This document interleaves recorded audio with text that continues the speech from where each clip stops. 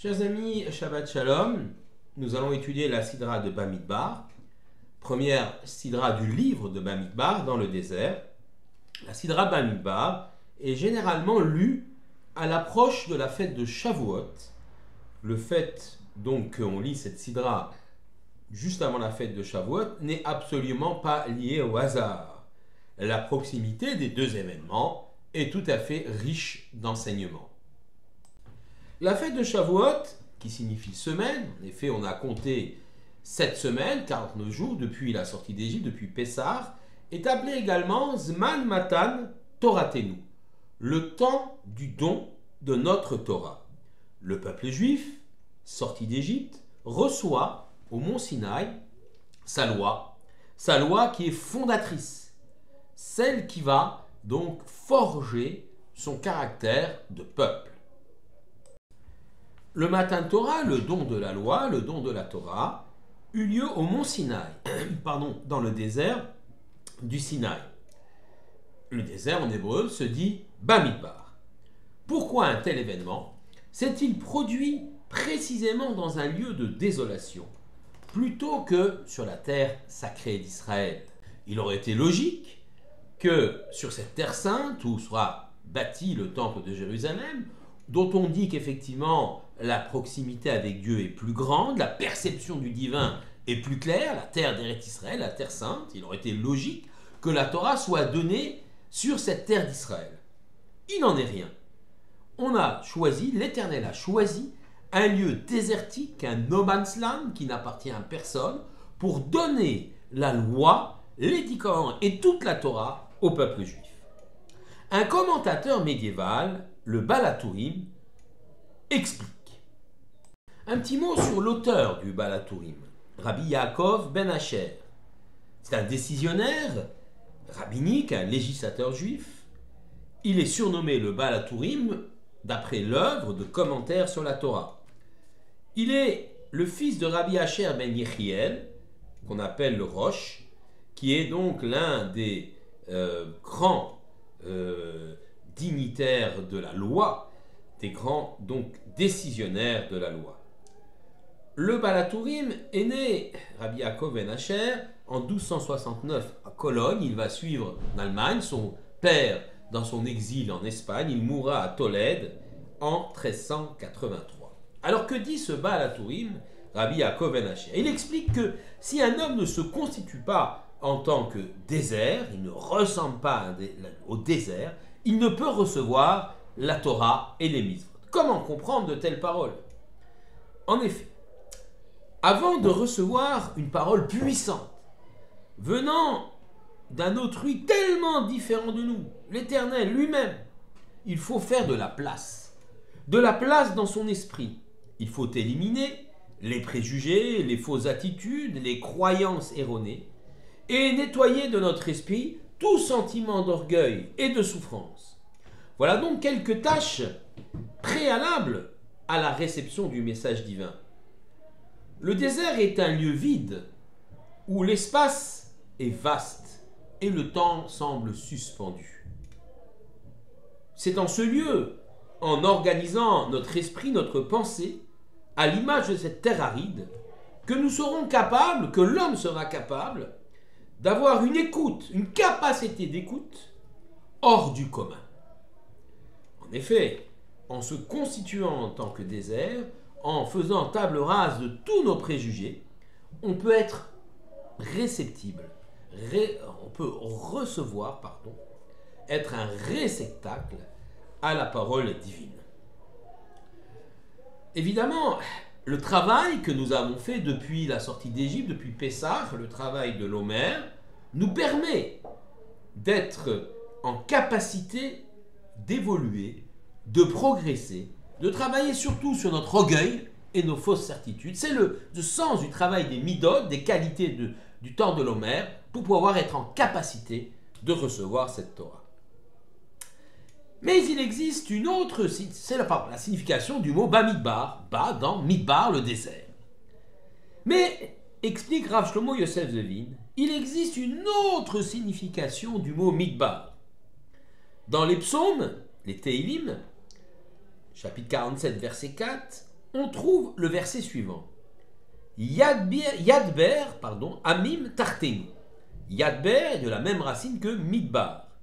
Et cela signifie il, donc l'Éternel, conduit, Yadber conduit les peuples en nous les soumettant. Donc l'île, l'Éternel, Yadber conduit, Amim les peuples, Tartenu, en dessous de nous, c'est-à-dire en nous les soumettant. Le nom donc, le mot, le terme Midbar, Yadber, Midbar, serait donc assimilé à une idée de conduite et de direction, d'ordre et d'édification. Soit tout le contraire d'une terre aride et désolée comme est le désert.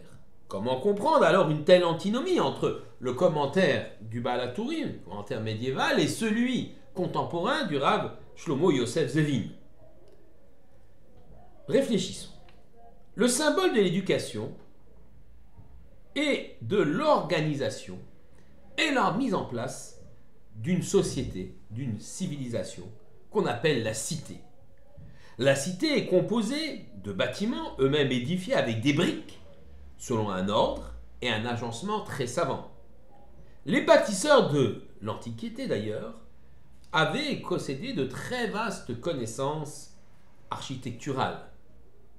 Chaque endroit est à sa place, chaque bâtiment est à sa place dans un urbanisme réfléchi, et chaque bâtiment lui-même est construit avec des pierres qui sont harmonieusement assemblées selon un savoir, une sagesse, une science que possédaient déjà les peuples de l'Antiquité. Il n'y a qu'à regarder les édifices romains qui défient le temps et sont encore présents parmi nous. Chaque pierre, chaque brique n'a absolument aucune valeur en elle-même. Par contre, placée à son endroit, un endroit adéquat, elle fait partie d'un édifice plus vaste, ayant un sens, une vocation, une fonction, un bâtiment, et éventuellement aussi une esthétique.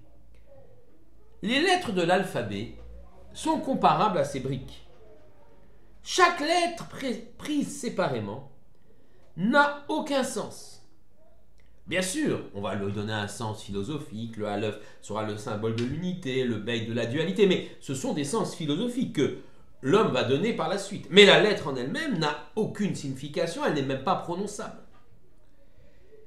Assemblées les unes aux autres, ces lettres vont former des mots, puis des phrases. Ces phrases vont porter un sens. Elles sont des signifiants qui portent un signifié. L'enfant qui déchiffre les lettres de l'alphabet ne voit au départ que les lettres, les signes et les lettres. Au fur et à mesure de l'apprentissage, l'être humain, l'homme, voit son esprit éclairé par le sens des mots. Et lorsqu'on lit une phrase, on va être pénétré par le sens et on ne va plus véritablement percevoir les lettres. Elles vont s'effacer. On ne va pas lire A, B, C, etc. On va lire les mots et le sens de ces mots. Les lettres ont disparu. Elles se sont fusionnées dans les mots. Et même les mots ont disparu, se fusionnant dans les phrases et dans les idées. Eh bien, le monde qui nous entoure est comparable à ces lettres et à ces mots. Il faut créer par des paroles.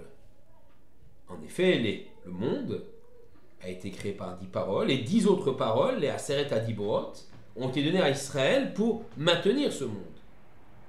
Le mot parole, davar, ou parler, le daber, est de la même racine que le mot midbar, que nous avons traduit comme le désert. Il suffit de changer les voyelles de midbar pour obtenir le mot medaber, il parle. Notre vision du monde apparaît de prime abord comme un monde, on le voit comme un monde, livré totalement au hasard, sans ordre, sans but.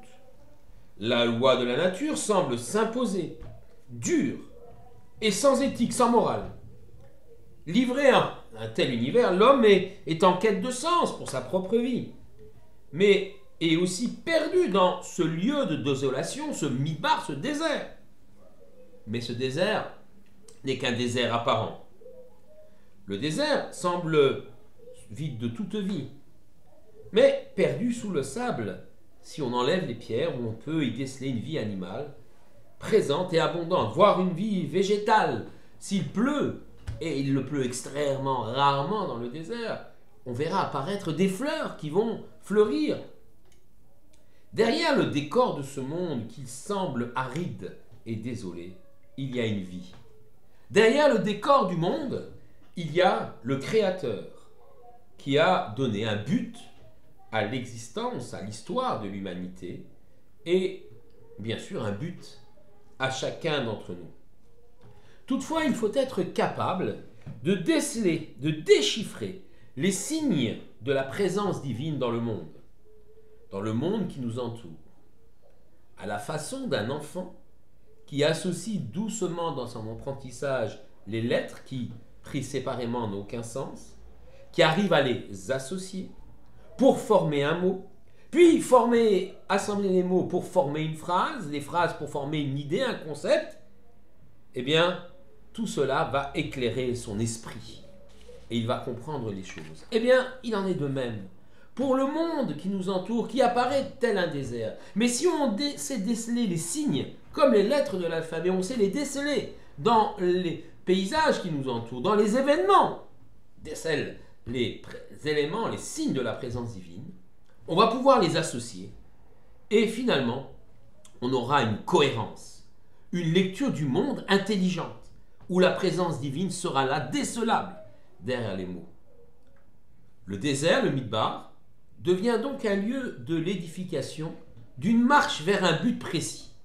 Comme il dit Yadber, il nous conduit, l'Éternel nous conduit. Le monde est donc comme un gigantesque puzzle éclaté, et il appartient à l'homme de le reconstituer.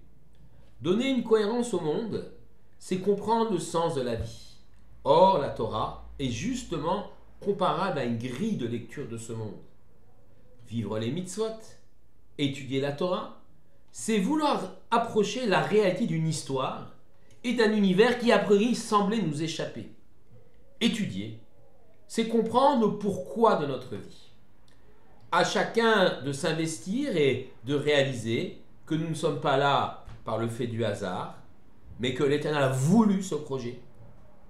Recevoir la Torah, finalement, c'est ni plus ni moins que donner un sens à notre existence. Shabbat Shalom à tous.